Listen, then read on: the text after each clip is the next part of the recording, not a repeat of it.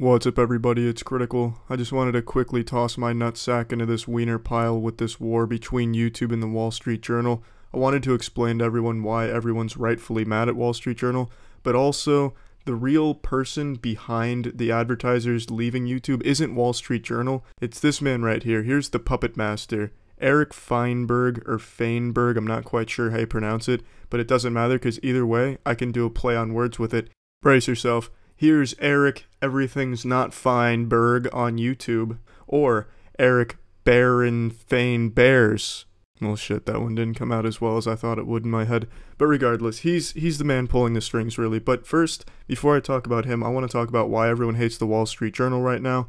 So, I'm sure most of you remember when they attacked PewDiePie calling him a Nazi, just taking everything out of context and spinning obvious satire into sincere racism.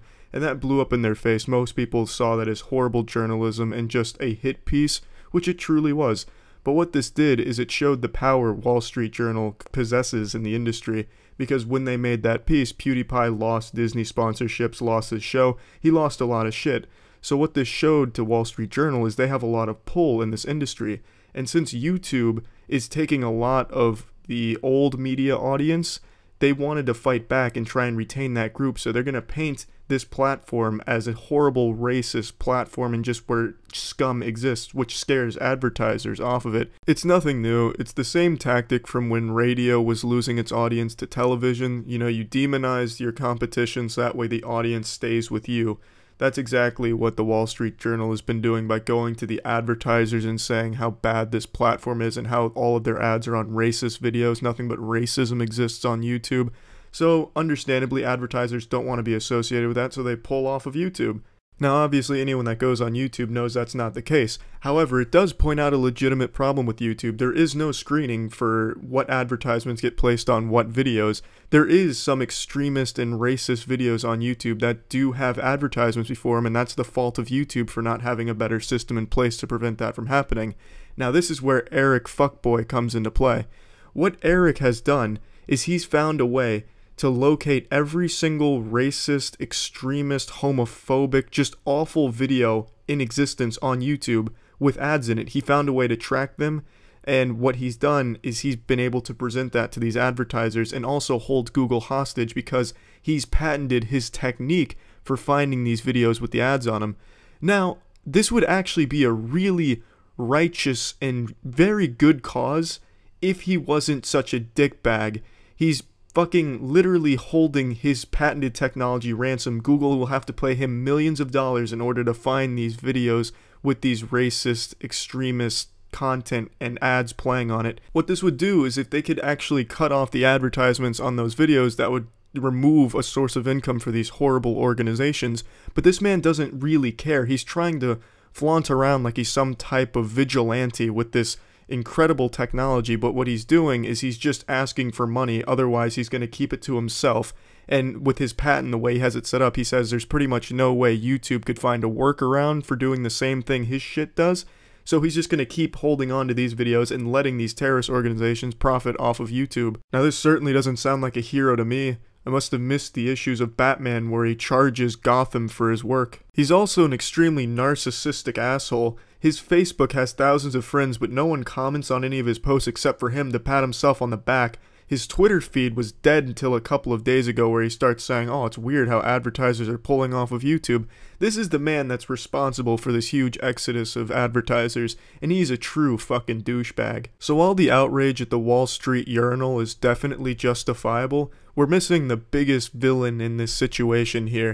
He paints himself as some old school heroic action man, extreme turbo avenger of the YouTube internet age, but really he's just a money hungry human catheter who managed to solve a problem YouTube's been having for a while and is now charging a huge amount for the solution. And while he's holding on to this solution, he's also trying to pressure YouTube into just giving in and buying his shit by releasing these screenshots and sharing this information with the videos and the advertisements to the advertising agency, so they pull out and back YouTube into a corner, so that way they're forced to play ball with this rectal thermometer. But yeah, I just wanted to make this to help people understand why the Wall Street Journal is coming under fire, and hopefully the Wall Street Journal will crumble and just burn to the fucking ground.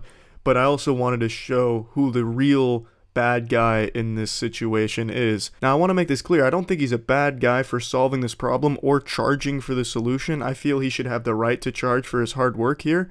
I think he's a scrotal hair for two main reasons. One, he didn't just patent his way of solving the problem, he patented every single possible approach YouTube could take to attacking this problem themselves, leaving him as the only one with the solution and the only one that could possibly have a solution according to him. The second reason being, he keeps sending screenshots of these videos with the ads to the company so that way they'll pull off of YouTube and make YouTube more likely to buy his product, which is hurting everyone on the website right now. So yeah, Eric, if you're watching this, go fuck yourself, and Wall Street Journal, if you're watching this, also go fuck yourself. And that's it. So yeah. I have been accused of a crime I did not commit. I have been hunted and thrown against the stake and called a witch, all because I am the last diaper bender, the master of diaper testing. Yesterday I released a tier list for adult diapers, something that I've talked about for months, but I was then blasted, ass cheeks spread wide open, by a community of people who believed I had stolen the idea from another YouTuber. And this wasn't a small number of people. This shit flooded the comments, even leaked into my streams, and was all over Twitter. Because a YouTuber named Oompaville posted a diaper tier list 2 months ago, which simple mathematics and arithmetic would tell you was before yesterday. So I was then truly exposed for stealing someone else's idea. It was the perfect crime, and as I sat in my swamp-assed chair twirling my evil mustache, I thought I got away with it, and I would have if not for those meddling kids who discovered the truth and revealed it to the world. Only that they're all wrong. I'll reveal it like Darman. You see, the truth is, the adult diaper tier list is actually something we've talked about consistently on my streams at twitch.tv/moistcritical. Please feel free to stop by if you want to put a few extra inches on your penis. We've talked about it for, get ready for this grand reveal, almost 3 months. Yeah, we've been talking about this for a while. In fact, the first dating of this, to carbon date the idea of the adult diaper tier list, which of course has never been thought of in the history of humanity until it was dreamed up during one of my streams, the first known instance of this popping into this dimension was December 26th, during a Mr. Krabs overdoses on ketamine stream I was doing, chasing the world record, of course. Instead of showing you a clip from the VOD, I'll just show you a clip from a video I posted where I even had it in a YouTube video instead of just on stream. And this video is from December 27th, which predates Oompaville's video on adult diapers. Adult diapers tier list? That's a pretty good idea. There's a lot you could grade on that, like absorbency, comfort, maneuverability, like can I play a basketball pickup game in these adult diapers? Actually, that's a pretty fucking good idea. I don't know how comfortable I'd be pissing myself on camera, but for the sake of the tier list, I'm gonna write that down actually. You'll notice December 27th predates the January 8th that Oompaville posted his video.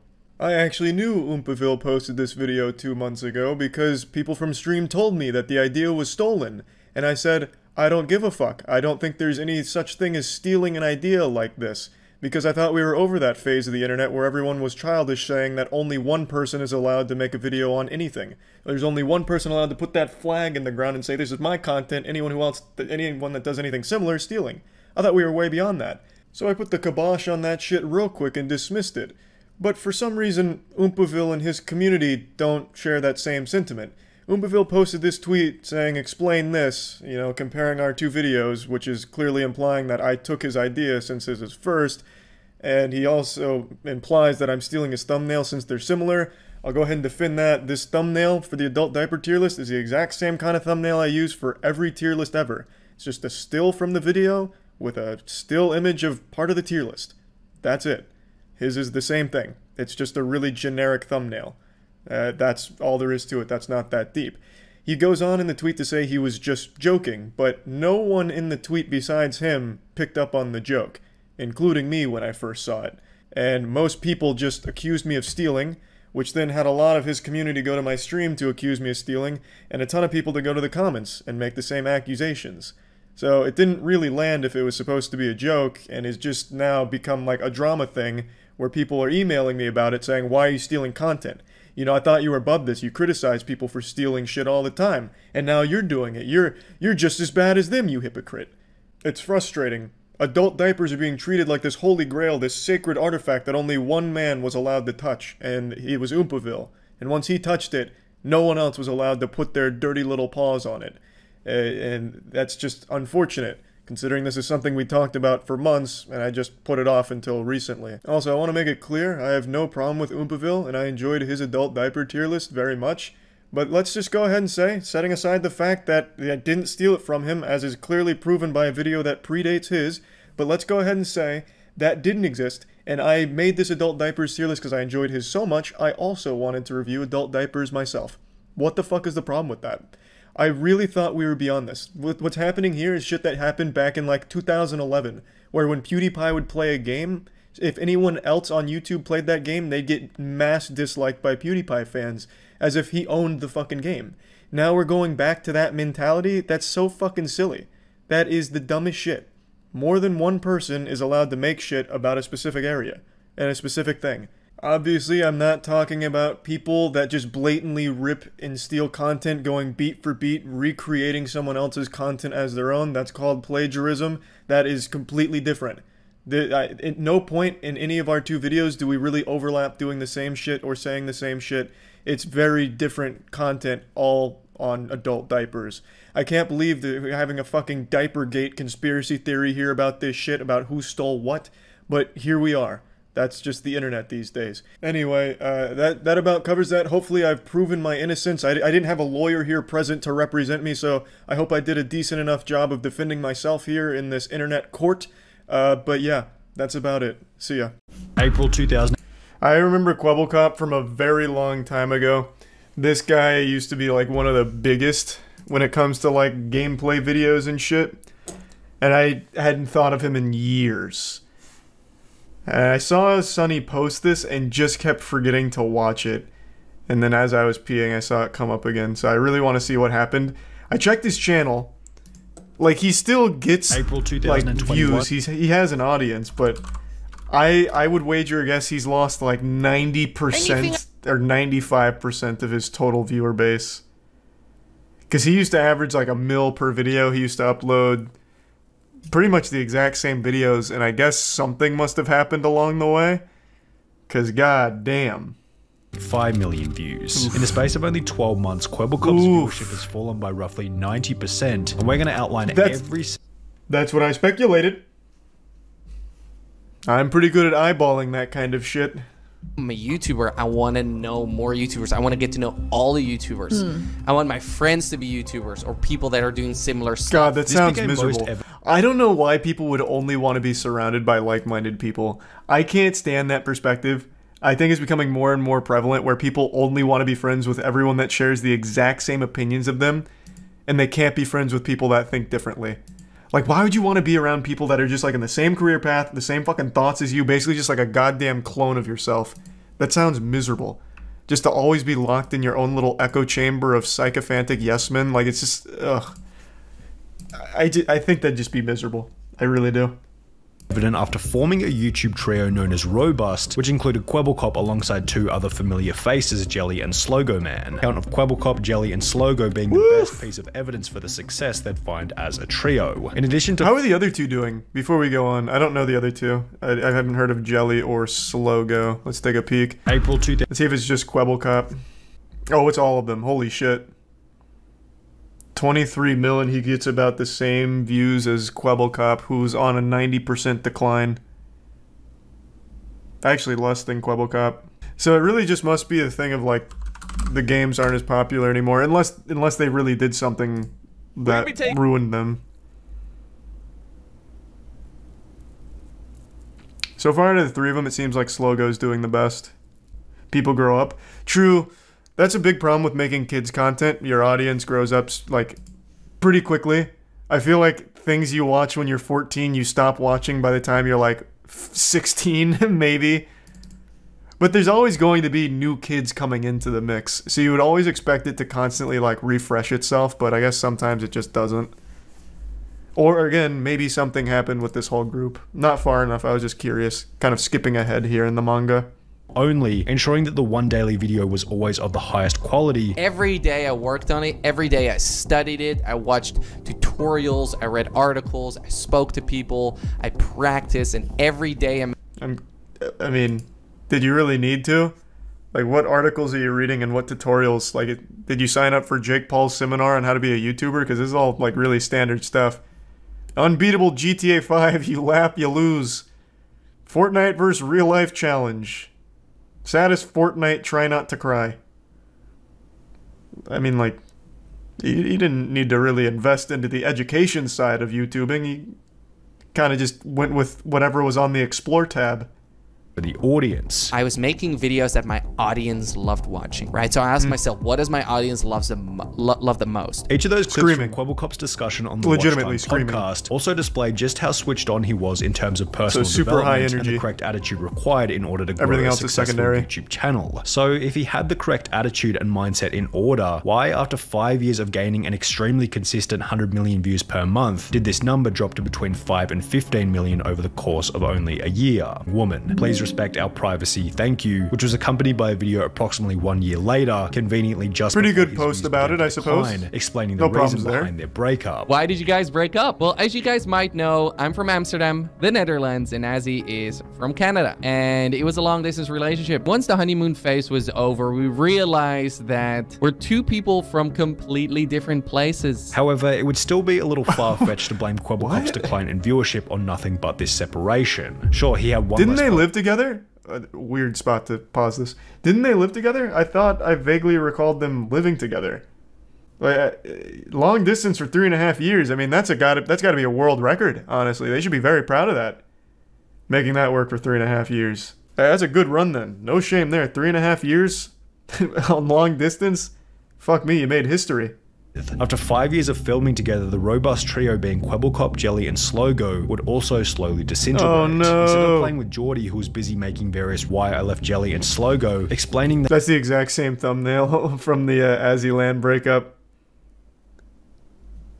This man only has one sad face? Come on! You studied articles, you read books or whatever about YouTubing. You know you've got to switch up the crying thumbnail. This one should have at least had like one of these, maybe like the shocked face. Like, you can't keep reusing this shit, Kwebbelkop. I see what's gone wrong here. Unbelievable. That as a result of making video after video with the group, each of which following a similar narrative, Kwebbelkop felt as though he wasn't growing due to a lack of creativity. I saw that my creativity was running out. I was just doing things with the group. I was going into that direction. I realized that I stopped growing as a person. He then began to think it was the group. YouTuber going by the name of Tiger, yet this would also end in another bit of drama. Oh, no. Me and Kwebbelkop got into a fight, and after this fight, I was pretty much left with nothing. Kwebbelkop found Tiger when he was still a small cop, offered guidance and growth to Tiger in exchange for part or full ownership of the channel. I'm like, this guy could be a really big YouTuber. If I would coach him a little bit, he has so much talent. Now this went exactly as planned in the beginning. They started playing together. Okay, that's kind of fucked up. I've never heard of something like that. 2 million views per month to 20 million views per month. Titled Why I Left Kwebbelkop and Tiger. Man, they're getting so much mileage out of this crying face from Kwebbelkop. That shit is being used and abused in every single fucking thumbnail here ever. My god. I will say though, one of his reasons for leaving that group is because he couldn't be as creative as he wanted to be. Well, I'm glad he did that, because now creativity is the number one thing I get when looking at the channel here. Look at all these. Content he's never made before. He was really able to unlock his magnum opus of creation here. They really held him back. Now he's spread his wings like a beautiful butterfly. I can't! But he was no longer friends with Why? Kwebbelkop. Do it! Everyone is asking the same thing. Why are you not uploading to Tiger, and what happened between you and Kwebbelkop? Well guys, it essentially boils down to one thing, and that is that me and Kwebbelkop are actually no longer friends. I feel hurt. I feel disappointed. That somehow Kwebbelkop had claimed ownership over Tiger's channel, as he would upload a video where he had cloned Tiger's voice and attached it to an AI, which would provoke another response from Tiger, who was once again insulted by Geordie's actions. He made this cartoon character, loaned my voice, and put it on the Tiger channel. Listen, Jordy, this cartoon What version the of you might fuck? be your best friend, but I'm not your best friend, okay? I'm not even your friend. And after Tiger That's wild. Hold on, I want to see that. So he did a VTuber for this now? Oh, Liger. In today's Oh wait, no, this is his new channel. Oh, I must have deleted the other one. Man made a VTuber and an AI speech pattern for him? Bro, that's evil genius right there. That's Galaxy Brain. What, is the channel down? Does anyone know for sure? Okay, you're right. It just didn't come up from typing in Tiger. I wonder why. today will be Okay. It looks like he's not doing it anymore. He must have deleted the video. in decline wasn't the drama itself, but rather one discovery made by Geordie throughout the conflict with Tiger, being that he could make an AI character to act as a real person. Was per day. I wished I could clone myself, so I did. What Quibblecop is referring to in this Twitter thread is a channel he launched 1 month after the drama with Tiger, which posts gaming videos and uses an AI character as the main personality within the videos. Second channel. But when looking at the numbers, VTubing? it's obvious that this new AI Starting today, from now on, you can expect my next video to be top notch, to be really and he delivered. flipping good, to be exactly Yes. what you want to see. Yet the first 3 Fuck yes! Yes! And this is what I wanted to see! Upgrading the slowest to fastest animal in GTA 5! Whee! I've always wanted to know! $10,000 dog, then him bragging about his custom orange G. $10,000 dog? What did this man buy? Goddamn Chimera? What kind of dog is 10 grand? Okay, so then he started flexing, okay? That's always the signs of insecurity and desperation coming in. Wagon, then him bragging about his $7.5 million penthouse apartment. Uh-oh. Welcome to my $7.5 million penthouse tour. Let's see if this video can hit 100,000 likes. And it's just like, Did it work? 6 months ago. Welcome to Fuck! What is Quibblecop's community called? His audience? Cops and robbers? What are you doing? Only 35K? Now we'll never get to see more of his $7.5 million penthouse. Quibble flops. Whoa! A piano with a Star Wars blaster poking out. What is this? A telescope? What the fuck is this? This golden gun thing. I'm just taking a brief tour here, if you don't mind. Oh man, look at all those fragrances.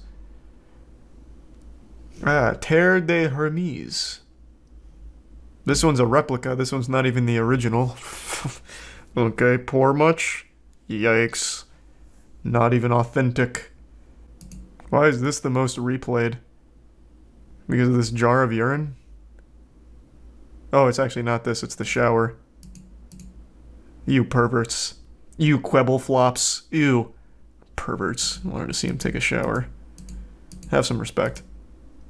why would you post this, dude? Not only have you stated in the past that you apparently don't do YouTube for the money, I don't care about making an extra buck on YouTube. I don't care about the money. I really genuinely do not do YouTube for the money. but do you really think the audience wants to open up the YouTube app and instantly see something that makes them feel inferior to you? Do you think new viewers on I the feel like a channel part wanna of the open up family. video section as products stems from a specific inclination to re-establish power, which might explain Quibblecop's motive to upload these off-brand videos. You just got analyzed on that one, Quibblecop. That is super true, though. You see this shit happen a lot with, I guess not necessarily streamers, because I don't think there's any, like, big streamers that have fully fallen off yet. But I've seen this on YouTube a few times with some of the big boys. Take, for example, like, Rice Gum. Though most of his content was built around flexing from the start, it obviously only had a shelf life of however many years he was on there for. I don't even remember now. But this kind of, like, flexing is always, like, in the death throes of that creator's channel. Happens all the time. Channel. In a recent video titled My $100 Million GTA 5 Business in Real Life, which sports a similar kind of vibe to the apartment tour, Quibblecop talks about how he's also launched an NFT business and is working on a video game, potentially fracturing his focus from my YouTube God. even further. As mentioned Oh my god. No earlier, way. Quibblecop is No fucking way. He's in NFTs? Bro, this has to be like the last adopter of NFTs right now. years ago. In August 2012, I had a dream. I was living in my mom's NFTs, place, and baby. I just finished school. I was watching YouTube every single day, playing video games every single day. I thought to myself, what if this shit wasn't fungible? I called my mom and she said, Jordy, are you crazy? You need to go to I love games, but I hate funging. After quite a lot of convincing all day. At one point, things were going so well that Tiger said, you know what? I want to do things myself. Well, I just watched Sonny's video there. That's not really what happened. You guys just you had a falling out. You guys aren't really like friends anymore. It seems it wasn't necessarily a you were too good. You guys were too good. I'm gonna try it on my own. I still had the channel, which was dead at this point in time. So I said, well, if I want to continue the dream, if I want to build tons and tons and tons of channels that will flourish and shine forever, we need to remove the human element. Yes, it sounds crazy, but we need robots, we need computers. That's spoken like a man who really cares about the content. If I'm to own 5 million channels, I realize the weakest link is the goddamn human. Organic is cringe. Machines are the way I do it. So I hired this entire team to build VTubers with AI scripts. To pump out as much shit as I possibly can across 1,000 channels. We need VTubers. And that's when Blue was born. And this is the Blue team. A few of the Blue you'll never find out. We have a team which makes videos as a virtual influencer. If we want to start more channels, we can. We just start a brand new team who goes and makes videos as this influencer, as this virtual influencer. And you can start as many channels as you want because they all function under the same brand. It's like Spider-Man, okay? There's so many different Spider-Mans. Why do you view that as a good thing? Why do you view this situation as a good thing? I mean, for you, I get it because it's a lot of money, owning all those channels and all the ad revenue. But as someone who keeps presenting himself as a guy who doesn't care about the money and does it for good content, how can you possibly sit here and try and convince your audience of Quebble flops that this is a good thing? Just 1 million channels of completely soulless, generated scripts. This is so shameless. Holy shit. Huge risk if you invest a lot of money, and if one person leaves, the entire business collapses. Like he's convincing his audience that people are the problem. It's about me. I'm running a business with I don't know how many employees. Anywhere from 50 to 100 employees work here. I'm providing jobs. I'm building cool products. I'm making people's days better. And this all started what a weird spin on it. Having a dream. Now That's such a weird spin. Where's the NFT portion? I must have skipped it somewhere. I thought it was going to be like the focal point, but it's not. It's actually much worse than that. The focal point is I'm going to make 1,000 AI YouTube channels in order to really fucking pump out content and ad revenue, which is actually worse than NFTs. So where was it in the video? Alright. Dear Launch My NFT supporters, over 6 months ago we launched a platform that helped thousands of people create and launch their own NFT collections. With over 1 million unique wallet addresses who use the platform, it's an understatement to call it a success. How hype. What a saint. What an absolute saint. Man, this one's doing numbers, Quebblecop. 37 likes, 12 likes, 10, 9. Woo-wee! To call that a success would be an understatement. Oh, he's stepping away. Oh, hold on, let me finish reading this. What happened? Was started as a hobby project, very quickly turned into a daily job. Again, the project was extremely challenging and new. Meeting so many enthusiastic Web3 supporters was my favorite thing about it. I'm also very happy that I was able to inspire so many individuals and help thousands of people to creating their own Web3 project. During these past months, I realized how much more the Web3 and metaverse space needs to grow before we can actually live in it. A lot needs to be built. This future we all dream about needs to be realized, else it'll stay a dream forever. This is why I'm stepping away from Launch My NFT. I have a lot of faith in my team, and I'm certain that the future for the project is bright, in all honesty. They don't need me anymore. Thank you to everyone who I've worked alongside. It was fantastic. Thank you for everything. Let's turn this metaverse into a reality. Let's take a peek. How's Launch My NFT doing?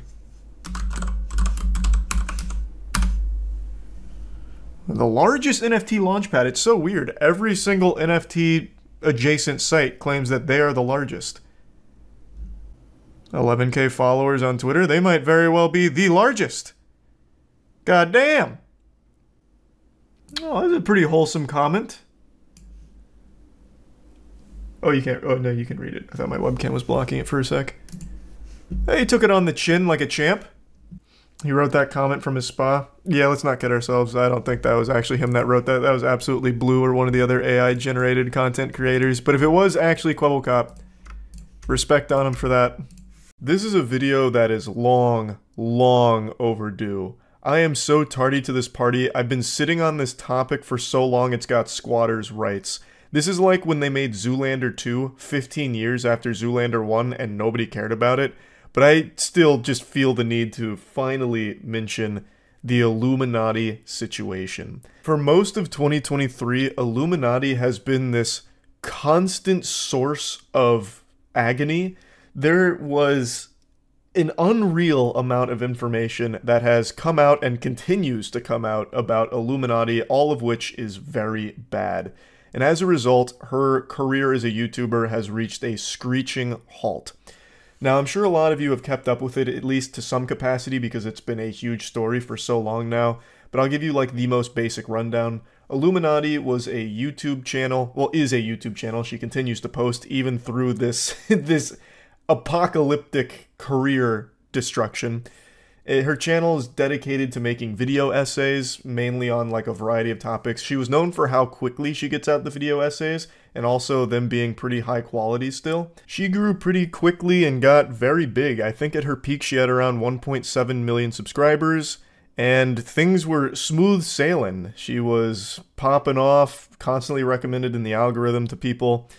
And then in April of this year, her ego got the best of her, a victim of her own hubris. She made a call-out tweet against Legal Eagle, a very well-respected YouTuber and a fucking lawyer too, by the way, claiming that Legal Eagle's team had stolen her editing style. So, not Legal Eagle editors broaching my editors to take my video style when they didn't give up the info, they literally copied it, and by the way, I have the messages from my editors and found an email from them too. Just changed the color from purple to blue, huh? Interesting. So this is her trying to accuse Legal Eagle of stealing her editing techniques, which is an outrageous claim to make. And she didn't realize she brought piss to a poop fight. Legal Eagle was easily able to dismiss this shit and dunk on it, which really ruffled her feathers and forced her into a panic. So she tried desperately to backpedal, making an apology statement, claiming she should have reached out to hash it out privately, but it was too late. This set in motion what would be her YouTube career demise, because after this, the holes in the ship started to show, and it began to sink. She was then faced with numerous other allegations, ranging from abusive behavior, mistreating employees, just being an absolute menace to work with. Multiple victims of her came forward to showcase what Illuminati was like behind the scenes and some of the things she was doing in real life to make them miserable. Like, so much, I don't even know where to start. You could fill an entire fucking library section with just textbooks on this Illuminati lore. It has been so much, and it's constantly being added on to. Like, there's constant, like, patch notes here where there's, like, new updates to this story with new victims coming forward with their own accounts of Illuminati and what she's done to them. It's just a never-ending flood of information about how awful of a person Illuminati is. If you just search Illuminati's name on YouTube, you will get hundreds, if not thousands of videos going over and chronicling all of the allegations, all of the evidence to support the claims, and all of the terrible things that have come to light from this, as well as a lot of video essays on her downfall, because it is such a rare phenomenon to see someone as popular as her sink their career in this way. It doesn't happen often. The only other example I can think of is Boogie, and that happened slowly and gradually over the course of many years. Hers happened over the course of a few months, because that's how much came out and how disgusting a lot of it was. It is wild. So I talked about it on stream a little bit, as well as gave my prediction on what I think she's going to do in the future, because as of right now, she is still just trying to bury her head in the sand and keep posting videos to try and squeeze as much as she can out of the channel while it still's around, while there's still some people watching. She's trying to get the most juice from the squeeze here, trying to suckle the last bit of milk from this titty. And I wanted to share that prediction I had because I do think it's a pretty strong one. It's not backed by any scientific evidence or anything, just my own game theories I've cooked up here in my head. But I think it's a pretty likely course that she'll take once she realizes that she can no longer suck her audience dry like a vampire, once they all stop watching, which she is rapidly getting close to that point. I never caught up like with the full depth of the Illuminati situation. All I know is that I've never seen a channel go from as popular as she is to where she is now. So she must have done some really deplorable stuff.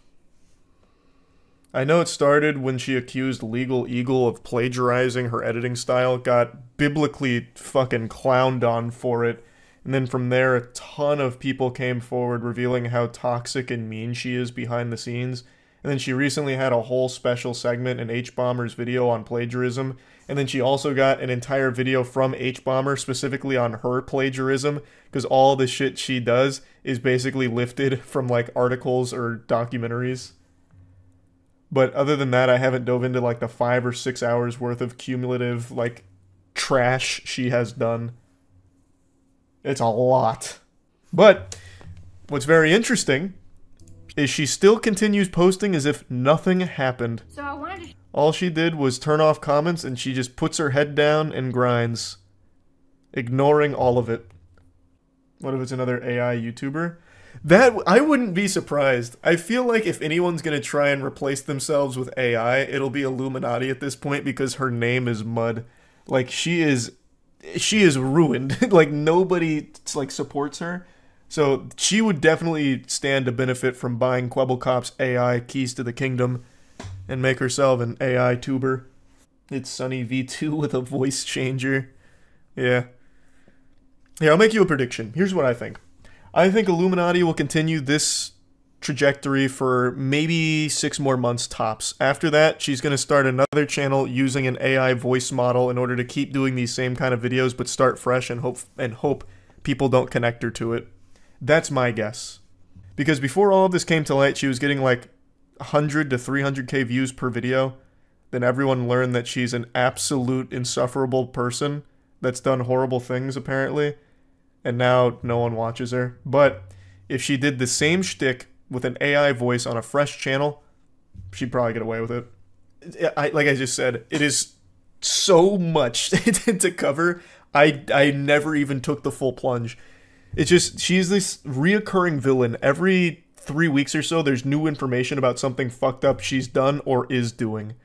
It's this constant snowball that never runs out of snow, gathering steam. Better for her to just call Saul. Nah, she's gonna need to get herself a Hoover. Like, she's gotta relocate and disappear. Like I said, my prediction, I really do stand by it. I think she will probably in 6 months' time make a new channel, AI voice, make the exact same content, and just start fresh. So go ahead and clip it. Make sure you remember my prediction because I stand by it. I really think she's going to be one of the first YouTubers other than Kwebbelkop who is going to try to go entirely AI video based. That is the direction I think she is going. So let it be known, if that happens, I called it. I'll hit you with an I told you so. That's really about it. See ya. Almost 3 years ago now, I made a couple videos talking about a YouTuber whose house had been firebombed. The YouTuber's name is Friendly Jordies, and he was very outspoken about corruption, calling out bad actors in the local government, and for all of this, his house was targeted in a firebombing. And actually, the fucking stooge that was in charge of this, the mysterious boogeyman, actually went for the double scoop on the firebombing. So they started by firebombing Friendly Jordy's neighbor, thinking that it was his house. Then when they realized they got the wrong house, he came back to firebomb Friendly Jordy's house. And luckily, no one died in this, but the intention was pretty clear, either to scare or kill Friendly Jordy's. And now, almost 3 years later, there is someone who has been arrested for this. Some not-so-breaking news. One of the guys that firebombed my house back in 2022 has been sentenced to 5 years in prison. Now, I'm grateful to the judge, the arson squad, and the financial crimes unit for all their hard work in securing this little bit of justice. That was a Herculean slog for the investigators to get it to that point at all, but this is hardly a definite end to this saga, and there are a few things that really need to be said in wake of this conviction. The man who was arrested and now facing 5 years in the slammer is an associate of a well-known crime family in the area. His name is Tuffy, or Toofy, Goofy, whatever the fuck it is, however you say his name. He's 39 years old and they're describing it as a professional attack on a journalist. But don't worry, he's not a monster. He has a lot of remorse here. He feels really bad about it. He even made an apology video for it. So he is clearly feeling a lot of sorrow for his misdeeds, no doubt. In a video he sent from prison, he said, "I would just like to apologize from the bottom of my heart." Aww. Alright. Not guilty. Free this man. He clearly feels bad about firebombing 2 people's homes. He's no longer a threat. He's seen the error of his ways. That is a touching sentiment. He went on to say that he believed in God and said he was over his life of crime after spending so much of his 20s and 30s behind bars. Quote, "I'd rather die than return back to jail," he said. He's turning a new leaf. You can clearly see it here. I mean, it's just an honest mistake. Who hasn't accidentally firebombed 2 people's homes after being paid to throw those firebombs in the first place? It could happen to anybody. And this is a guy who clearly recognizes that these evil deeds are best left in the past. And it's crazy that he's only getting 5 years, by the way. He is a career criminal, and he's still getting 5 years after firebombing 2 people's homes, which is literally like attempted murder. At least it should be. That was the whole goal. At least one of the goals, either to have Friendly Jordy's fear for his life or take his life here in the firebombing attack. It's just crazy that he's only getting 5 years. Maybe that apology really did weigh heavy on the heart of the judge. The person convicted of the firebombing is a man by the name of Tufi Jr. Tuisi Alua. I don't know if I'm saying that name correctly, and frankly, I don't care. I've never met Tufi Jr. I've never mentioned him in videos before. In fact, before he was charged, I'd never even heard of his name, nor do I hope to hear it ever again. It does, however, open a big question, a question which was not satisfactorily answered in court, and perhaps even more shamefully, not examined by most of the media. Why would a man with no connection to me whatsoever go to the effort of stealing a Mercedes, cloning number plates, surveilling my house, and then setting that house on fire? As Friendly Jordy's points out here, it's very interesting that the judge recognizes this as a professional attack, a coordinated attack here on Friendly Jordy's. They even call him the Muscle. That's what he was hired to do. Yet, at no point do they try and inquire as to who hired him and why. What were his motives? Why would someone whom Jordy has never heard of, never mentioned at all, go through so much effort to firebomb his fucking house?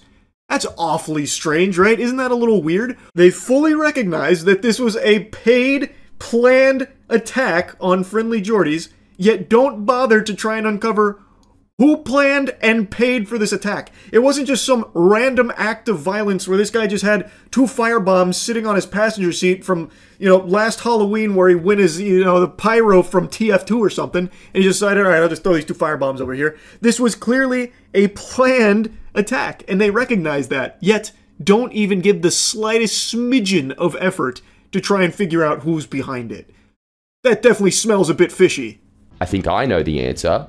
I'd wager some prominent defamation lawyers, property developers, and politicians also know the answer. There were some unsurprisingly cowardly and oblique hints of an answer in the ABC article about the conviction, an article which refers to me as an internet personality. Mr. Shanks, who uses the moniker Friendly Jordy's online, had mentioned the Alameddine crime network in a video 2 months before his home was set alight. Just mention the Alameddines. A lot of people mention the Alameddines, Anton. The Alameddine crime network might be one of the most prolific gangs in this nation's history. They're nightly news. Some people bank their entire journalistic careers on talking about the Alameddines.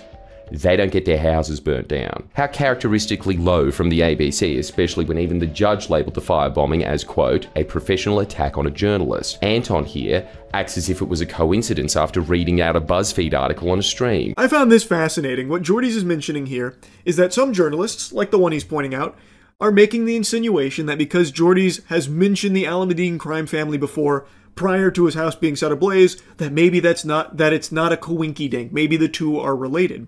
But Jordy's hits him with the counterpoint here. He gets him with the Uno reverse with some very basic logic that the Alameddine crime family is one of the most infamous in the area, talked about daily as a piece of nightly news, where tons of journalists make their whole career solely around reporting on the Almadine crime family. And yet none of them seem to be getting fucking napalm striked here like Jordy's was. So it's a pretty weak insinuation to make that doesn't pass the smell test. Especially because it's not like that's all Friendly Jordy's talks about is the Almadine crime family or anything like that. This is not at all to excuse Toofy Jr. He tried to kill someone. He burnt down a house with no regard for not only the other potential occupants, but neighbours, which were the elderly, and for all he knew, could have been children. Even worse, because his motives are murky and seemingly transactional, he seems to have just been waved away with a, oh, he was just the hired muscle. He tried to kill people. He burnt down a house. Things are a little bit scary in New South Wales if you ask me. At this point, you can order a firebombing, not only not get caught, but the muscle who does get caught gets about the same time as it takes to do a bachelor's degree. The guy responsible for double-fisting firebombs that could have killed multiple people is getting an extremely light, soft sentence of just 5 years, which is basically just the amount of time between Stranger Things seasons. And not only is he getting a light sentence, but the people that hired him, that they openly are saying that he was the muscle. So they recognize he was the muscle for someone, but the people that he is the muscle for, they're not even bothering to try and investigate and find out the identity of. They're just like, oh yeah, he was the muscle, and that's it. We don't. That's as far as we're gonna go. It's just so blatant. It's so obvious. This is it's so fucked. Pretty good risk to reward ratio, if you ask me. Over the past few years, I've faced multiple different criminal investigations and charges over what apparently in New South Wales is a far more serious crime, making YouTube videos. I don't think it's hyperbole to say that there were far more investigative and legal resources thrown at botched attempts to punish me than there were at punishing the firebombers. If you followed Friendly Jordy's at all for any length of time, you are probably familiar with the fucking ringer they have put this man through over the years. The justice system over there is trying so hard to bend them over their knee and spank his cheeks red every chance they get for even the slightest things. They will go to extremes for him, all because he posts videos online talking about corruption. Meanwhile, a firebomber who firebombed 2 houses, a career criminal as well, by the way, so he has a history too, gets significantly less resources put into that investigation. It's fucking crazy. How can a man be charged and sentenced to 5 years in prison for a firebombing and the courts get to know nothing about his motives? No, they know everything that needs to be known about his motive. He was hired to do it. He was the muscle. Hired by who? Cares. Who cares? They don't give a fuck. Just gonna send him to jail for just a little brief period of time here and just let this whole thing quietly die down so that way people don't ask too many questions about this whole firebombing, hoopla, that kind of thing. Because there's no need to dig any deeper on who might have paid for this kind of thing to happen. You know, it's just, he was the muscle, Ah, come on, let's move on. Why certain politicians like Rose Jackson, who originally condemned the firebombing, albeit in the most performative Twitter-approved template, that not only was mostly about her and how awesome she thinks she is, she also just had to add, right after I was nearly killed, that I'm, quote, way off and gross. I'll tell you what I think is way off, Rose. Hanging out with and propping up a development company which, again, shares the name of the video I was forced to remove due to death threats, and doing so knowingly. You know. That's what I think is gross, you self-aggrandizing transactional party machine cog. Yeah, over there, Jordy's has got a lot of very powerful enemies. I've made a couple videos talking about Jordy's and everything that has gone on recently. It is not an overstatement to say that he literally does put his life on the line for the journalism that he does. And it's not just him, he does have a team as well that takes the same risk. They have some very powerful enemies over there. And it is very clear that they are willing to go to extreme lengths to silence Jordy's and his team. Keep in mind, the firebombing attack, they didn't know Jordy's wasn't home. They had no idea. They also didn't know about the neighbors' whereabouts if they were home. That very well could have ended with bodies, just corpses, charred corpses from this hired muscle coming out and firebombing these 2 houses, all to silence Jordy's and his team for their reporting on the blatant corruption over there. Why do the Alameddines, an organised crime gang, give so much access to certain ABC journalists? Why is the ABC so ardent in defending these certain journalists? And why isn't anyone able to get enough evidence to bring whoever ordered the firebombing into a courtroom? I'll tell you, there's some very strange things happening in New South Wales. Very strange things indeed going on over there. I'm happy to at least see that someone was arrested in connection to the firebombing. That's good. 5 years is kind of laughable considering the crime. But I mean, I guess at least there was some semblance of, like, you know, catching the bad guys here to a certain extent. But there is a lot of work to be done. I feel like there was definitely a lot more that should have come from this. And hopefully, it will. Hopefully, there will be more that comes from this, God willing. Because holy shit, it is actually, it is unhinged. Anyways, wishing the best for Friendly Jordies here. Hopefully, he and his team can stay safe. And just wanted to give you the update. That's about it. See ya. For a lot of people, if they hear the word YouTuber, they immediately just let out a sigh or an eye roll. It's not exactly a career that everyone has a lot of respect for or is viewed all that positively by everybody, and it's not hard to understand why. The only profession with a more negative reputation than YouTubers is telemarketers, and it's pretty close. That's a tight squeeze there. Now, with millions of YouTubers on the platform, of course, there's obviously going to be some bad apples in the bunch, but that doesn't mean it's all rotten. And to prove it, I'd like to present to you a champion. This is a channel that I believe goes to infinity and beyond to deliver not only extremely high quality, entertaining content, but also extremely important work as well. It could make even the Grinch's heart grow 3 sizes, and also leave that little bastard terrified, cowering in fear, trembling in a corner if he has ever done anything shady or corrupt in his past. Because I swear, Friendly Jordies would get to the bottom of it and blast that ass on the big screen. Friendly Jordies is the channel we're going to be talking about today. It's run by a man named Jordan Shanks, or as many of you probably know him from the Wiki Alpha community, Jordan Sex Money Shanks. And he actually has an entire team of equally ripped immortal alpha deities that are all united by a single goal: to expose corruption in all of its forms and make a mockery out of evil people. That's not exactly the safest mission to embark on here. This is playing life on ultra nightmare mode, really, because he doesn't just go for low-hanging fruit. He targets some of the most nefarious, shady, corrupt organizations and people throughout all of Australia. And he does more than just Australia, but he is from the land down under, so a lot of his content and investigations have been focused on Australia, but has recently branched out into covering some of the most fucked up situations that even I've never heard of before, such as one of his most recent pieces of content called Paradise Bombed, where Jordies and his team covered a disgusting, tragic situation that unfortunately does involve bombing of completely innocent people. And in the very first frame of this video, this is one of Jordies' team members holding a bomb. Like a goddamn corn on the cob. He's just manhandling a bomb while talking about the situation that's going on. I highly recommend watching this video in particular. It's not only an extremely eye-opening story they cover and an extremely sad one, but it also shows you just how seriously they take all of their investigations and just how thorough they'll be. They fucking went to the place getting bombed. Like, that is beyond, like, so far above and beyond what other journalists do these days, it's laughable. This isn't the first time I've talked about Friendly Jordies. In fact, it's far from it. Many of you have probably already heard me go full gushing granny mode over this guy and his team's content plenty of times in the past. And it's because I have such a deep admiration for the risk he takes doing it. It's, without an exaggeration, a hefty price he could pay with his life. Many of you might remember 9 months ago, his house got firebombed by some of the people that he was investigating, allegedly.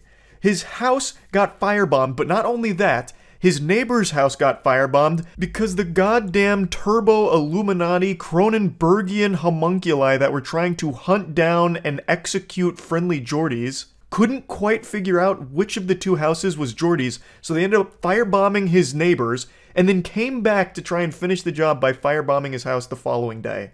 An actual attempt on his life. And you know how Jordies responded to that firebomb? by making an absolute banger video following it up, going into all of the investigations and all of the potential culprits that could have been behind the firebomb attack. And that list is not short by any means. There is nothing but powerful heavy hitters on that list because of the investigations and reporting Friendly Jordies and his team do. And yet, even in the face of attempts on his life, he still keeps delivering extremely important reporting on all of these bad people. If that's not heroic journalism, then I really don't know what is. And another thing that's important to note is that he is constantly villainized, treated like a fucking demon by the media over there for some reason, even though what he's presenting is just immutable facts about awful people that most normal people are rallying behind him for and appreciative of.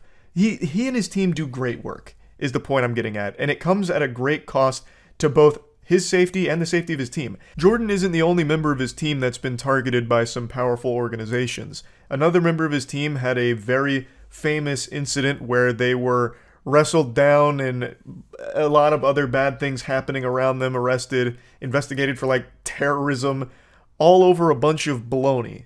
So I don't want to just keep diving into the extended lore of the Jordies cinematic universe here, but I highly recommend that you do a deep dive on his content if any of this kind of journalism sounds appealing to you. But I think I'm doing it an injustice by just calling it journalism because it's a lot more than that. Not only is the investigation and the reporting extremely valuable, but the way he presents it is perfect.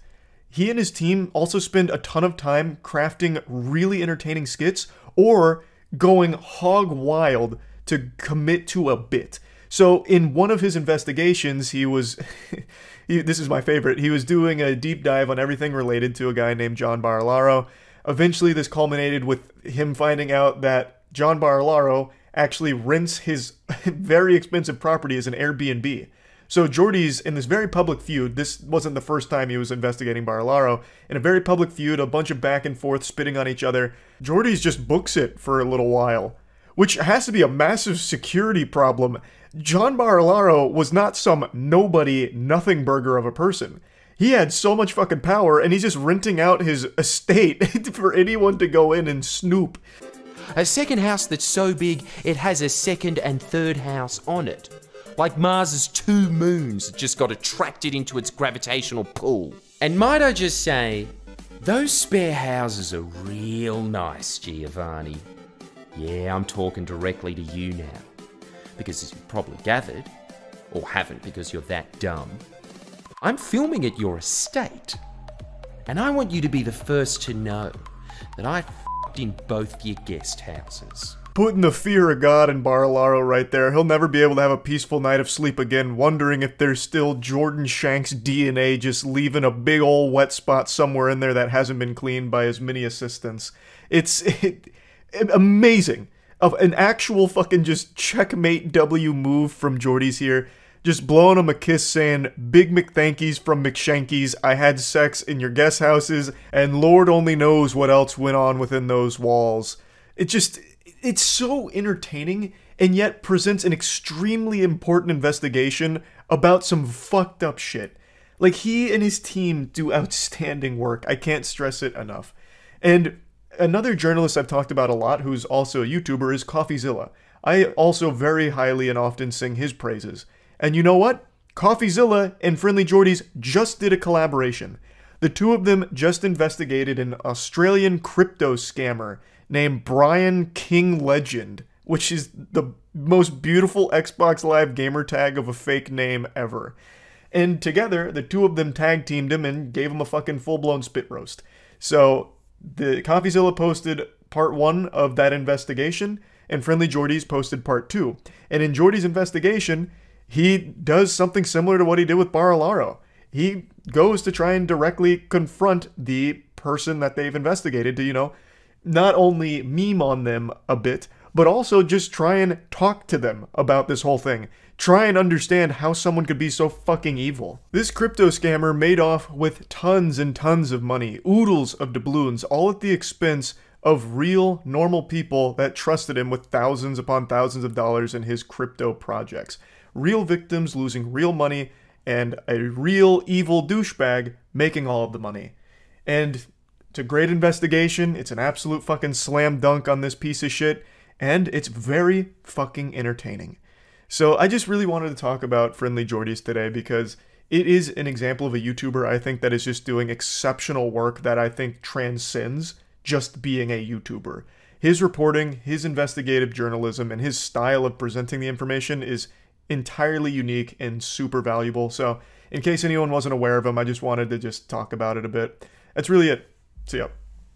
The best stories ever told are the ones that have the satisfying conclusion of the good guys winning in the end against evil, overcoming insurmountable odds to snatch victory from the jaws of defeat in a miraculous triumph. But we don't live in those stories, we live in cringe, so that's not always the case here in reality, and a haunting reminder of that fact is what just happened with Friendly Jordies. Friendly Jordies is an Australian YouTuber whom I've covered on the channel multiple times. I truly believe he is one of the best investigative journalists in the world, period. With no exaggeration, he risks his life to serve the community and inform them of corruption that it's gone unchecked, and his reward for this is his house being firebombed and his life being threatened multiple times. And these aren't the kind of death threats that you see all the time on Twitter where a 13-year-old anime fan gets upset if you say you don't like something about their favorite show.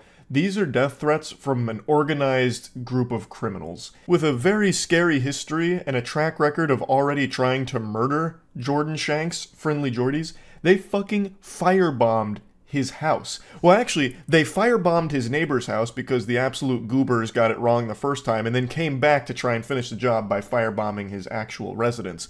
So they have already tried to take his life before. That's some shit that you only see in like espionage, blockbuster Hollywood films, and yet Friendly Jordies is living through it right now because New South Wales is so unbelievably corrupt that it's festering in the public eye. And yet the authorities that are supposed to protect and look out for the public safety are just closing their eyes and plugging their ears to all of this unfolding in front of them. It's despicable. It seems New South Wales is more corrupt than Gotham at this point. Friendly Jordies yesterday posted a video where he had to publicly admit defeat at the hands of this corruption, unfortunately. You might have noticed that we haven't been releasing videos after the police arrested a suspect for the firebombing of my house. While we're very grateful for their persistence throughout this ordeal, we felt it would be prudent to see what the response would be from certain individuals. If you haven't kept up with the lore here, I'll give you the previously on Dragon Ball Z recap. They did finally make an arrest on one of the suspects responsible for the firebombing of his house. It took about a year, but better late than never. Rather be tardy to the party than not show up at all. At least it's seeming like crime won't pay. They won't get away with this, right? Wrong! Idiot! Stupid! Can you stop sipping on your moron potion for a second? Put the stupid juice down? Of course the criminals are gonna get away with it, because I guess that's just the way things go in New South Wales. At least when it comes to criminals of this caliber. The very powerful ones, who are just seemingly above the law. Their response has been one of rather perplexing confidence. Buoyed by the lack of further arrests, they have decided to be much more blunt with their requests, threatening anyone they believe had handed over information to assist with the creation of the video Coronation. This video detailed links former Deputy Premier John Barilaro had with development company Coronation Property. The video encompassed more than Coronation Property associates. It included an array of spirited characters, many of whom were enraged with its release. Police have made it very clear that many of the prime suspects in the firebombing are in that video. The video he's talking about here is a video Friendly Jordies and his team released called Coronation, and this shit was so hot it'd leave the toilet bowl steaming. It was massive. Friendly Jordies and his team released a firebomb of their own with this one here. Coronation highlights a lot of horrible things going on with a lot of very scary and powerful people doing bad shit. And they were not happy that this video got posted, and it put a target on Friendly Jordies' back. Really, it put the target right on his fucking forehead, right on his noggin, because this was a big deal. It caused a lot of ripples, and it made him public enemy #1 of this group of people. Now, over a year later, these figures are once again venting, threatening dire consequences if the video isn't taken down. Given these people's colourful history, we don't consider these to be idle threats. Naturally, we contacted the appropriate authorities, but it appears these men have engulfed the state in a state of fear. It appears these men are indeed above the law. It appears these men are free to point the scythe at anyone they wish, blackmail them with the most heinous, violent acts imaginable, and there is not an authority in the land powerful enough, or perhaps foolhardy enough, to check them. Just tragic. Where do you go when the authorities abandon you? What are you supposed to do when the people that are supposed to protect you refuse to because the people that are coming after you are stronger than them and out of their reach, just untouchable? What can you possibly do besides just comply? But if the content of coronation is to fall on willfully deaf ears, if its only tangible result is the death of innocent people, we will not have their lives hang on our conscience. In other words, you win. We're taking down the video. Congratulations, you run this city. It's sad because it's such an important piece of investigative journalism, but it's also the only choice they could make in this situation. This isn't a group that's making idle threats. They have already firebombed twice, and they have a history of doing a lot more, as was highlighted by Jordy's and his team. So they did the only thing they could when faced against this enemy. They just complied. They took down that video. Now, of course, since it's the internet, nothing's ever really gone forever in this cyberspace, except of course for all my old YouTube videos I deleted when I was a teenager because I was embarrassed of them and worried that the copyrighted music would cause a problem, so I deleted them in like 2012. And I desperately want those videos back, but they can't be reclaimed. Those are the only things in the entire documented history of the World Wide Web that are apparently just fucking poofed out of existence forever and can't be brought back. But aside from that, nothing else has ever really gone forever. There's always re-upload, there's always archives of it. So in this case, Coronation, the video that he had to take down, is re-uploaded 1,000 times already. So it's not like completely dead and buried or anything like that. And I saw a lot of people saying this could actually, you know, start the Streisand effect here on this and have even more eyes on this group, which I guess is possible, but I think the big victory for them is that they've shown that they can kind of bully and strong-arm anyone with impunity. They can't be touched by authorities. They just have this green light to do whatever they want with no repercussions, so they're able to force Jordy's to take down a video they didn't like. And they're just demonstrating that power here, and I think that's kind of what they were aiming to do, not so much shut down the information, because I'm sure they knew that this was just going to be re-uploaded, but it's just kind of letting Jordy's and pretty much everyone else know that they can do what they want. And it's very fucking scary, just how powerful they are. Being a real investigative journalist has to be one of the most dangerous things you can do. I've mentioned this a few times before, but this isn't like the only example of this happening to an investigative journalist. It just happens to be one of the few times that happens to be a YouTuber as well, so more people are made aware of what's going on. One of the biggest ones that I always go to is the Panama Papers, if any of you remember that. The Panama Papers were a massive deal for about a day. And then collectively, the whole world stopped talking about it mysteriously, even though the Panama Papers were quite alarming. And one of the lead investigative journalists behind the Panama Papers released was actually killed in a car bomb, and nobody ever talked about it. I bet most of you didn't even know that. Anytime I bring that up, I'm met with question marks in my stream chat. Investigative journalism is a dangerous thing to get into. So I have nothing but the utmost respect for the ones that do take this on to try and help their community and keep everyone informed and safe and let everyone know what's going on, so that way people can be more aware. So what Jordy's and his team do, I think, is extremely important work, and they are very, very good at it. So it's just really upsetting to see them have to admit defeat at the hands of this corruption they've been fighting against. And it's downright shameful from the authorities in New South Wales for their refusal to do anything about this. But yeah, anyway, that's about it. See ya. Did YouTube streaming fail? I'm using past tense because according to a lot of people, it's already buried 6 feet under. There's been a lot of YouTube exclusive streamers over the last month or so that have announced that they're moving back to Twitch, or that they're going to be multi-streaming now that their YouTube contracts are up. So the perception is that every YouTube streamer is basically just in purgatory, scratching at their neck, waiting to get back to Twitch. And it kind of has the same reputation Mixer did a long time ago, God rest its soul, where people that were previously on Twitch took a bag from YouTube, had a little paid vacation for a year or two, and then go back to Twitch eventually. And as a former full-time streamer on both platforms, I feel like I'm John Constantine, walking the line between worlds here. And I feel like I just have oodles of insight on this subject. Now, since I've entered my senile years, I have elected to go part-time, so you can hang that jersey in the rafters, or if you're a tier 3 sub on Twitch, you can go ahead and downgrade that puppy, or just stop it altogether, because at this point it's kind of like the GameStop trade-in of value. You're not getting a whole lot of bang for your buck with how little I've been streaming recently. I did stream all weekend for the Apex Major in Germany. We were watch partying our squad. Absolutely fucking clapping cheeks out there. Just posted a video on that as well if you'd rather just watch like the condensed version. So it's a topic I really want to explore. And it turns out Ludwig already beat me to it, that rascal. So I kind of want to just go through his video and drop some more tiddlywinks of information about all of it. Have you been noticing this trend where people who are signed to YouTube live streaming contracts, the day their contract ends, switch right back to Twitch or start multi-streaming? Yeah, that's a phenomenon that's more common than the cold. You would be hard-pressed to find any Twitch streamers that switch to YouTube streaming and haven't already switched back over the last year or so to Twitch, or at the very least started multi-streaming on Twitch and YouTube. There are less of them than there is hair on my chest, and look at what we're working with here.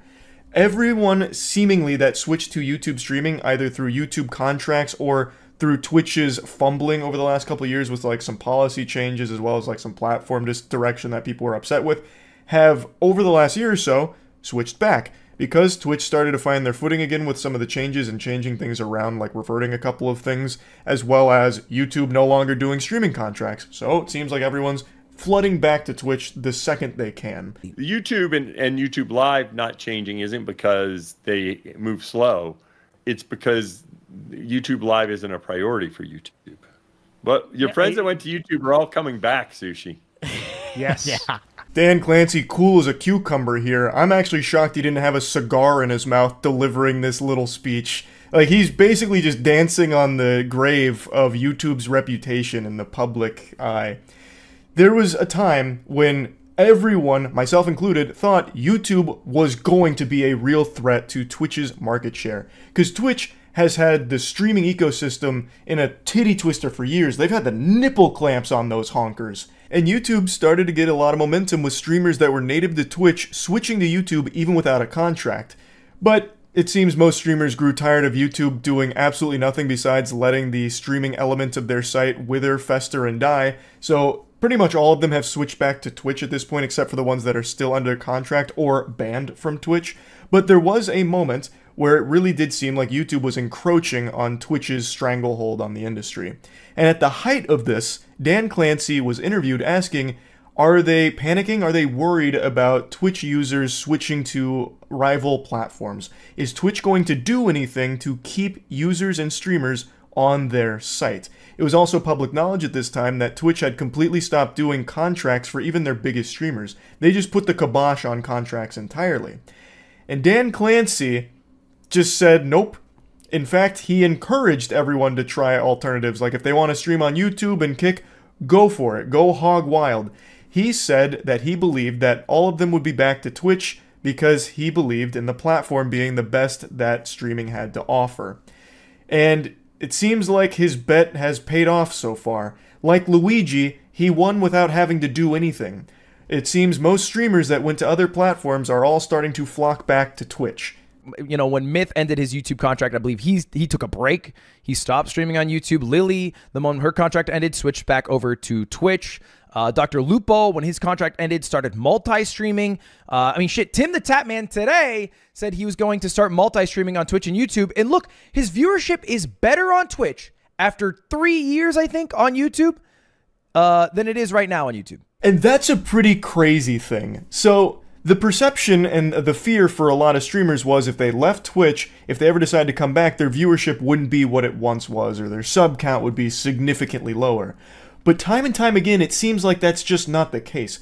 Not just Tim the Tatman, but there's been other streamers that have gone to other platforms that have come back to Twitch and have been in pretty much the exact same spot that they left off in, no matter how many years had passed. Everybody knows when you switch platforms, your audience doesn't necessarily follow you. You're definitely not getting the whole kit and caboodle to come over to the new platform that you've come to. You're lucky to get like even a fraction of it. Like, yeah, you'll hit like huge peaks for the first couple of streams with people like, you know, trickling in just to check it out. But that audience you built up on the previous platform, they're most likely just going to go back to that because that's the platform they're most comfortable on. So if you're not on it, they'll probably just find another streamer, and maybe they'll occasionally tune into you on the other platform, but for the most part, they don't get converted to the new platform that you've switched to. So with the example here, Tim the Tatman, he built up a YouTube streaming audience, and now that he went back to Twitch, that Twitch audience he used to have, it seems like they're still using Twitch, and look to be receptive to Tim the Tatman being back on their preferred platform, so his viewership has kind of stayed pretty much the same there. And nothing fucking changed. He's literally doing better on Twitch. And you might be wondering, okay, why are streamers switching back to Twitch? Well, one might be because they do better. They get more viewers. Two, it's because they also make more money. I saw someone say sub count, by the way, earlier. I didn't answer it. I apologize. I'm not making up messages here. We are at 6.3. Crowd, our game's over. If you have an official number, I'm joining up. We're probably closer to 6.5, if I had to guess. And Tim basically says he got 6,500 subs in one single stream on Twitch, and on YouTube he had 14,000 subs. So he basically got almost half his subscriber count in one day. So he's going to start making more money from Twitch subs than he ever did from YouTube members. That is another huge thing. That one is a big ol' fucking set to wumbo explanation for why a lot of people will switch back to Twitch. The earning potential on YouTube streams is substantially lower than it is on Twitch. Twitch is a platform with culture. Chat experience on Twitch has always and will always be better than YouTube. Period. Hands down. There's nothing YouTube can do to really beat that, and it doesn't seem like YouTube's even trying. They're just waving the white flag on that. They're just eating the huge fucking L on just having a bad chat experience compared to Twitch. But also, Twitch just has a culture of subbing. Like, Twitch has Prime subs, which is something you can do for free for your favorite streamer, where you sub to them with Twitch Prime, and it's free for you, and the streamer gets paid. Like, that is a deal YouTube just can't match. And it's extremely beneficial to the streamers on Twitch. So Tim the Tatman can make in one day what it took 3 years for him to make on YouTube, at least when it comes to like membership numbers versus sub numbers. So YouTube has a sub equivalent with members, but nobody fucking uses it. Most people don't even know it exists. Also, it's not even functional on mobile. You have to go outside of the YouTube app, like on like a different browser on your phone, in order to even find the join button for most channels. Like, it's not something that's integrated into YouTube streaming. So most streamers on YouTube will never come close to the amount of subs a Twitch streamer will have. And they won't even come close to the amount of money a Twitch streamer earns if they are streaming on YouTube. So that's another really enticing reason why a lot of people that were streaming on YouTube are going back to Twitch. Also, another obvious one is discoverability. The main critique of YouTube streaming since its inception has been how hard it is to navigate and how difficult it is to even find streams in the fucking first place. And they have done little to improve that. Any channels that have found success streaming on YouTube are channels that already had an audience before they started streaming, or had an audience from elsewhere that came in for those YouTube streams. Anyone that's just starting with streaming on YouTube, it's not going to bring in any viewers because discoverability is non-existent. YouTube is actually really good when it comes to like event streams though. So this is something Ludwig also talks about. If a big moment happens in an event, like grand finals is going on in some kind of big tournament, and a lot of people start flooding in, well, YouTube recognizes that and then actually starts recommending that stream outside of the normal little bubble, like the quarantine unit that it keeps streams in. So then you actually will get some eyes on it. But if you're like just daily streaming normal shit or just starting out streaming, you're not going to have that stream go to anyone outside of whatever audience you've already built up going into it. You have better odds of writing your YouTube handle on a paper airplane and throwing it out of your window and hoping a neighbor sees it and checks it out than you do just streaming on YouTube and relying on them to push it. It doesn't happen. Whereas on Twitch, even though there are so many streamers to compete with in every category, your odds of being seen are higher. Your potential to have some viewers trickle in is just higher on Twitch. If you look at the most watched major streaming platforms by hours watched of live broadcasts, Q2 of this year, YouTube gaps Twitch. It's not close. 3 times bigger, 15 billion.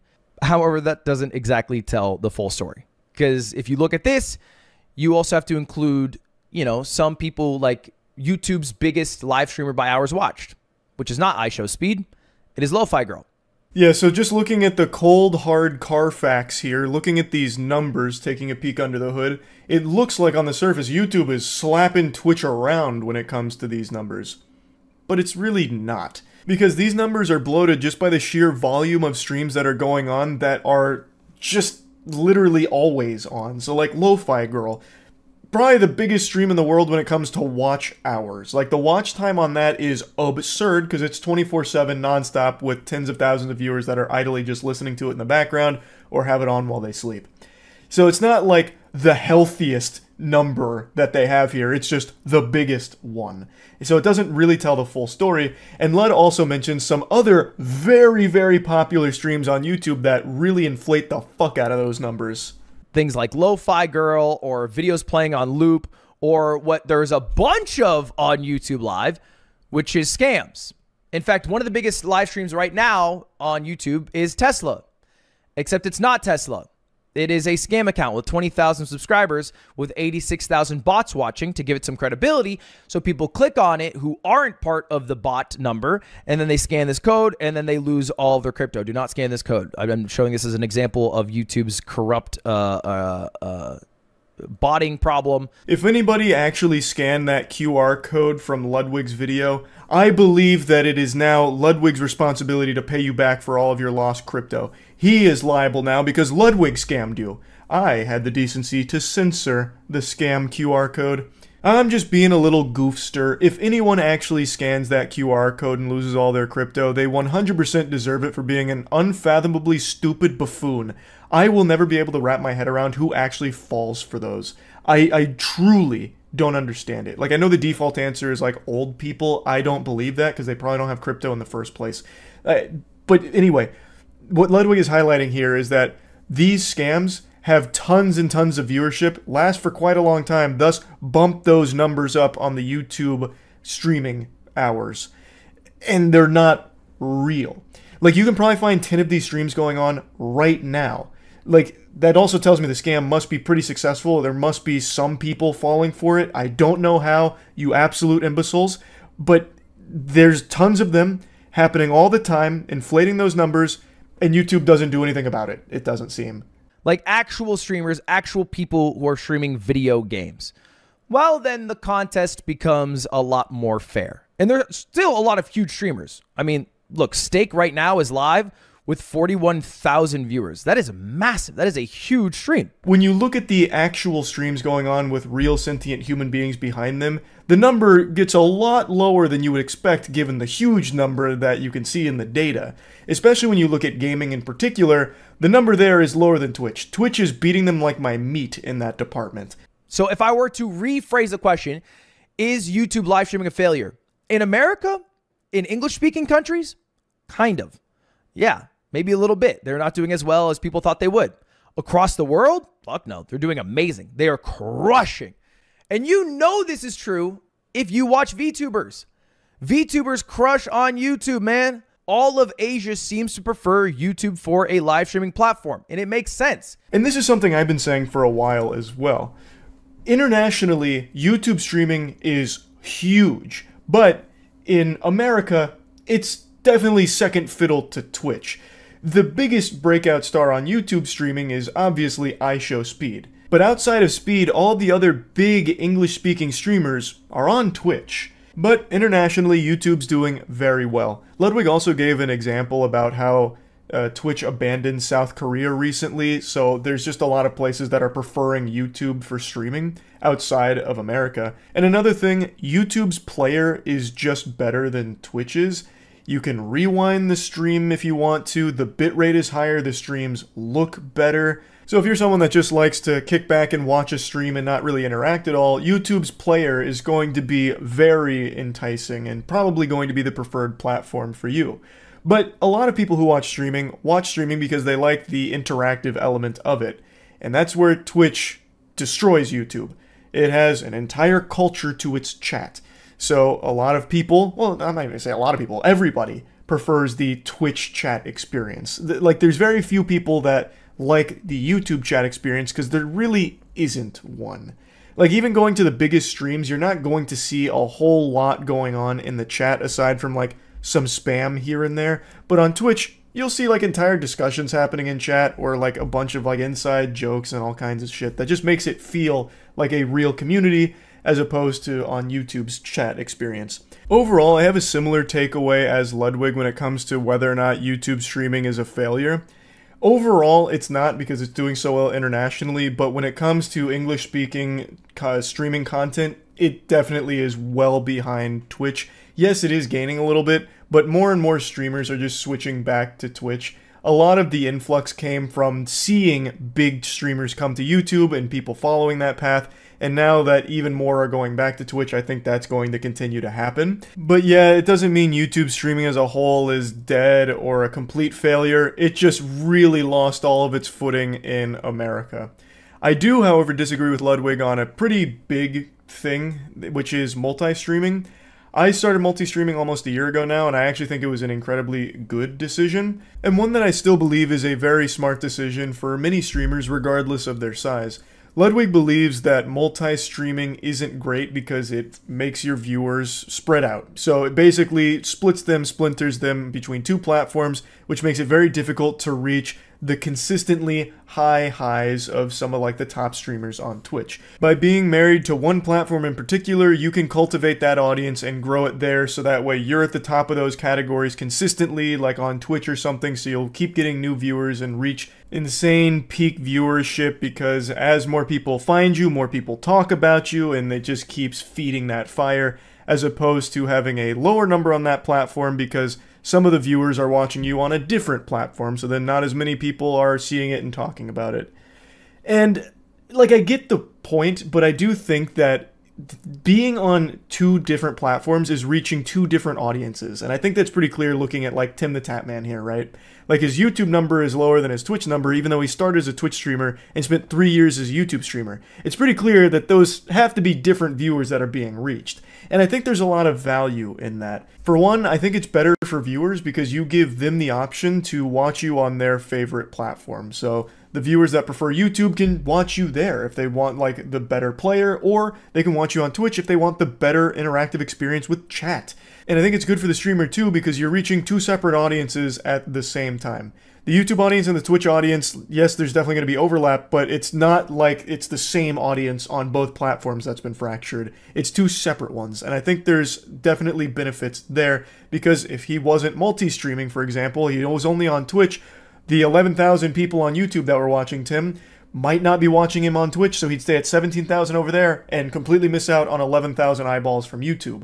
Plus, there is the added benefit that YouTube VODs are significantly better than Twitch VODs. So, when he finishes that multi-stream, his YouTube stream immediately saves as a video to his channel in the live tab that viewers can go back and watch, and also that gets put into the algorithm pretty often. There are streams that'll pop up in recommended, even if you're not someone already watching streams on YouTube, if there's some type of overlap in the algorithm between what video you watched and what stream gets popped up.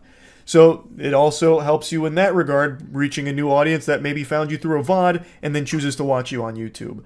So I just really think there's a lot of things that make multi-streaming a good idea, regardless of how big a streamer is. I think it's a very, very good idea for someone that's just starting out streaming, because you want to lat spread as much as possible to get your lats exposed to whoever is on whatever platform.